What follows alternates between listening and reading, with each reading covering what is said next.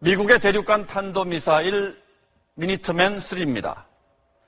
전략폭격기, 핵 잠수함과 함께 미국의 확장 억제, 즉 핵 우산을 구성하는 3대 전략무기 가운데 하나죠.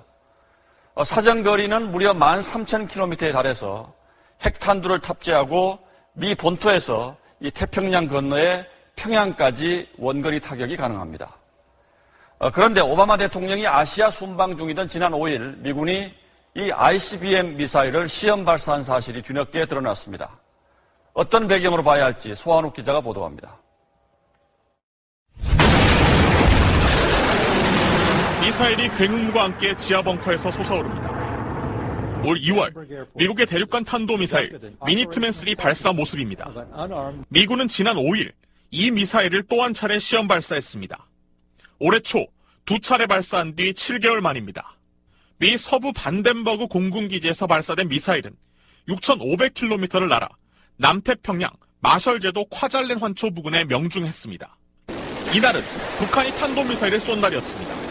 북한의 미사일은 미국의 ICBM 시험 발사 6시간 전에 발사됐습니다. 다음 날 열린 한미 정상회담에선 오바마 대통령이 확장 억제 제공 의지를 밝혔습니다. Today I want to reaffirm that our commitment to the defense and security of North Korea, including extended deterrence, is unwavering.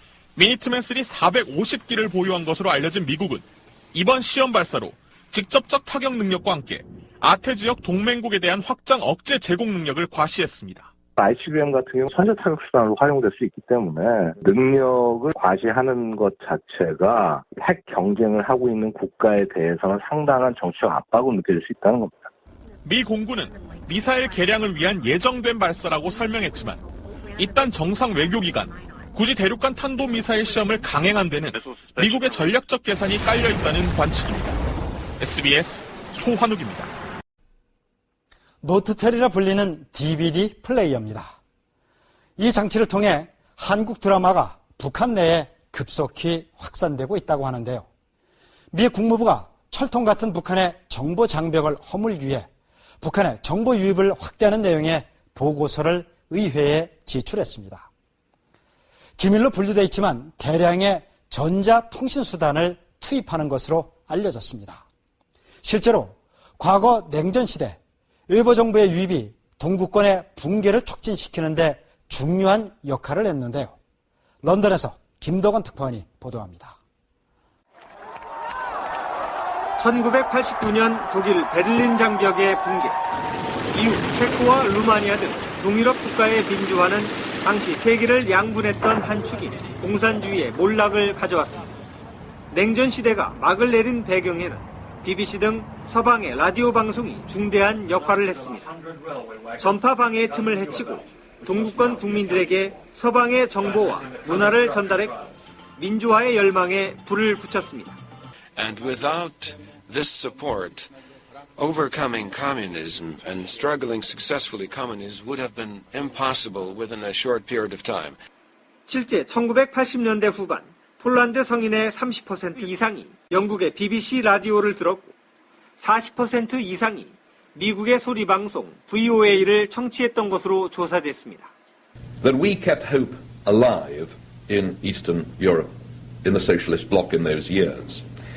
We provided evidence that there was a world beyond. 특히 BBC는 해당 국가 언어로 직접 방송해 누구든지 쉽게 접할 수 있었고 공산정권 몰락 이후에는 자체 민주 언론이 설립될 수 있도록 기술 지원도 아끼지 않았습니다. 현재 32개의 언어로 전 세계에 방송을 하고 있는 BBC는 북한 주민을 대상으로 한 라디오 방송을 올해 안에 시작할 예정입니다. 런던에서 KBS 뉴스 김덕원입니다. 북한이 체제 유지에 가장 위협으로 여기는 것이 대북 전단과 확성기입니다. 먼저 대북 전단은 이렇게 긴 비닐풍선에 매달려 북한으로 날아가는데요. 기상 조건만 맞으면 평양을 넘어 300km까지 날아갑니다. 이번엔 대북 확성기를 살펴볼까요? 출력을 높이면 30km 떨어진 곳까지 소리가 도달하는데 이 개성 주민들까지 들을 수 있다고 하죠. 북한은 여기에 아주 민감합니다. 조준 타격하겠다고 위협하는가 하면 실제로 전단에 고사총을 쏜 일도 있습니다. 북한은 왜 이렇게 예민한 걸까요? 이 전단에 북한에서는 절대 금기인 김일성과 김정일, 김정은 일가의 조작된 우상화, 또 범죄, 비리 등이 담겨 있기 때문입니다. 북한 주민들에게 신적 존재인 수령의 진짜 모습이 드러나면 더 이상 세습 독재는 어렵겠죠. 이 때문에 김정은은 중국에서 들어오는 USB나 CD를 통해 남한 드라마를 본 주민들을 공개 총살하며 외부 문물 유입을 차단하는 데 혈안이 돼 있습니다. 북한은 이렇게 70년 가까이 주민들의 눈과 귀를 가린 채 주체사상 또 성군사상으로 세뇌시켜 지금의 3대 세습 독재를 유지하고 있는데요. 이는 거꾸로 말하면 북한이 진정으로 변하기 위해서는 주민들에게 바깥 세상과 북한의 실상을 알려야 한다는 걸 의미합니다. 이런 공감대 속에 영국과 미국 등 국제사회가 본격적으로 나서기 시작했습니다. 남승우 기자의 보도입니다. 영국의 공영방송 BBC는 대북 한국어 라디오 방송을 이르면 올 가을쯤 실시할 예정입니다. 북한과 한국, 중국, 일본 등의 소식을 런던 본사에서 제작한 뒤 싱가포르에서 단파 라디오로 송출하는 방식입니다. 미국의 소리와 자유아시아 방송으로 매일 12시간씩 북한에 방송을 내보내고 있는 미국도 북한에 대한 정보 유입을 강화합니다. 기존의 라디오는 물론 휴대전화와 태블릿 PC, DVD 플레이어까지 북한 사회에 퍼뜨릴 장비를 대폭 다변화하기로 한 겁니다. 외부 정보 유입이 북한 주민들의 대남 인식에 큰 영향을 주는 것이 사실입니다. 따라서 한국과 미국은 긴밀히 협력해 나갈 방침입니다.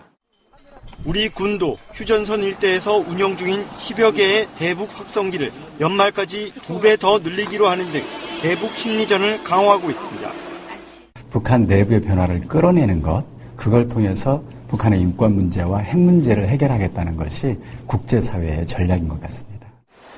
국제 질서를 무시하고 고발을 일삼는 북한 정권의 내부 붕괴를 유도하기 위한 국제사회의 노력이 본격화되고 있습니다. KBS 뉴스 남승우입니다. 북한 당국의 통제와 감시가 한층 강화되고 있는 상황에서 KBS가 북한 주민과 직접 통화한 내용을 어제 처음 전해드렸는데요. 북한 주민들은 태영호 공사 등 핵심 계층 인사들의 탈북 사실을 전혀 모르고 있는 반면 탈북자에 대한 처벌은 더욱 강화됐다고 합니다. 북한 주민이 전하는 최근의 북한 상황을 허효진 기자가 보도합니다.